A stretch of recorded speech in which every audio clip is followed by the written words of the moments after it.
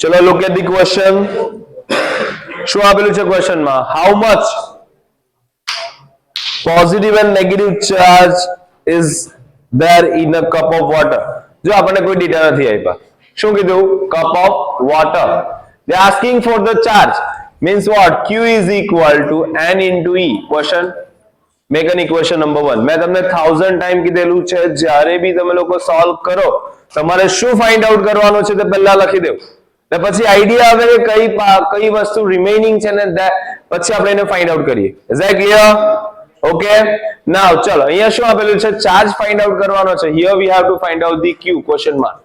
હવે fundamental charge તો છે જ, એમાં કોઈ મોટી વાત નથી, પણ આપણી પાસે નંબર્સ નથી અને આપણને કઈ જ નથી કીધું, ખાલી શું કીધું? Cup of water.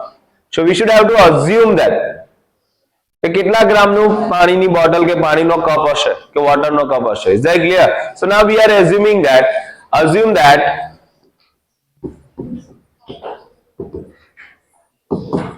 the cup of water of 250 gram. કેટલા ગ્રામ આપેલું છે? 250 ગ્રામ. તો from there we can say that mass આપણને given છે 250 ગ્રામ. How much is that? 250 ગ્રામ. અહીંયા ધ્યાન આપજો. Here we talk about what? They talk about the hydrogen and oxygen. It means what? Water. Water is equal to what? H2O. હવે મારાનો માસ find out કરવાનો છે. માસ find એટલે MO find out કરવાનું છે. તો શું થશે? હાઇડ્રોજન કેટલા છે? 2. ઓક્સિજન કેટલું છે? 1. ઓકે, હાઇડ્રોજન નો એટોમિક માસ કેટલો આવે? 2 1 અને ઓક્સિજન નો 16. તો શું થઈ જશે? 16 plus 18 gram is there. Is that clear? હા ના? ચલો, from that now અને how many numbers भी find out કરવા પડશે ને. numbers of molecule in hydrogen H2O, hydrogen oxygen means water. ચાલ again same numbers ની વાત કરીએ તો આપણે એને એટોમિક નંબર પરથી ડિફાઇન કરી શકીએ. પ્રોટોન અને ઇલેક્ટ્રોન ની વાત કરીએ તો ચાલો same 2H plus 1O. Hydrogen atomic number તો 1 જ આવે ને, એટોમિક માસ બી 1 આવે ને એટોમિક નંબર બી કેવો આવે? 1. ઓક્સિજન નો એટોમિક માસ કેટલો આવે અહીંયા? 16. એટોમિક નંબર કેટલું આવે? 8. એટલે કેટલા નંબર્સ થવાના? 10. Is that clear? ચલો નાઉ હવે આપણે હમણાં થોડાક દિવસ પહેલા ચેપ્ટરમાં લર્ન કરી ગયા mu is equal to what? N by Na and M by Mo. આપણે નંબર્સ ફાઇન્ડ આઉટ કરવાના છે, બરાબર? હવે આજે નંબર્સ ફાઇન્ડ આઉટ કરશું તો કેટલા માટે? Only four 1. એટલે પછી એને કેટલાથી મલ્ટીપ્લાય કરી દઈશું? 10 થી. ઓકે, ચલો તો here from that N is equal to M by Mo into Na. So what is mass over here? કેટલું કન્સિડર કરેલું? 250. તમને લોકોને MCQ માં સેમ પૂછાય. 100 ગ્રામ માટે પૂછે, 500 ગ્રામ માટે પૂછે, 1 kg માટે પૂછે. Process remain same.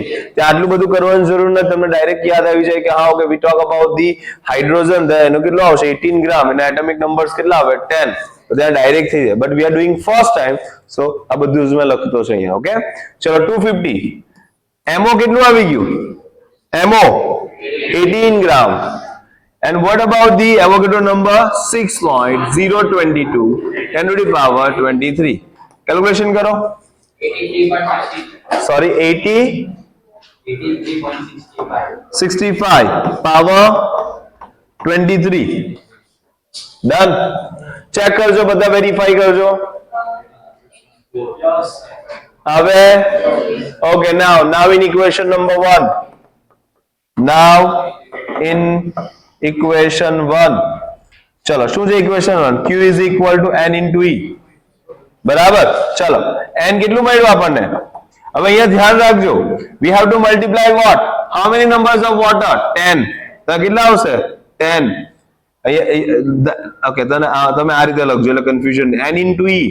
તો 10 into capital N into E એટલે કન્ફ્યુઝન નહીં થાય. Is that clear? કોની જગ્યાએ લખું? સ્મોલ n ની જગ્યાએ.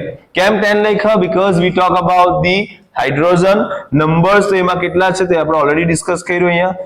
10 into 83.65 10 to the power 23, then 1.6 10 to the power minus 19. Now multiply करो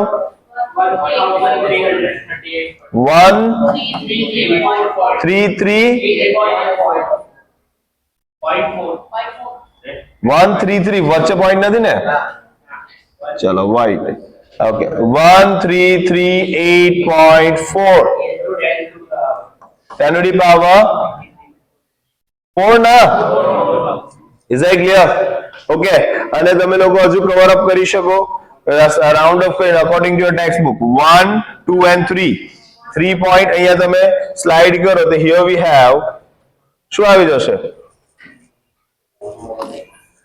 Q is equal to 1.3384 10 to the power 7 coulomb. 1.34 10 to the power 7 coulomb from your NCERT book.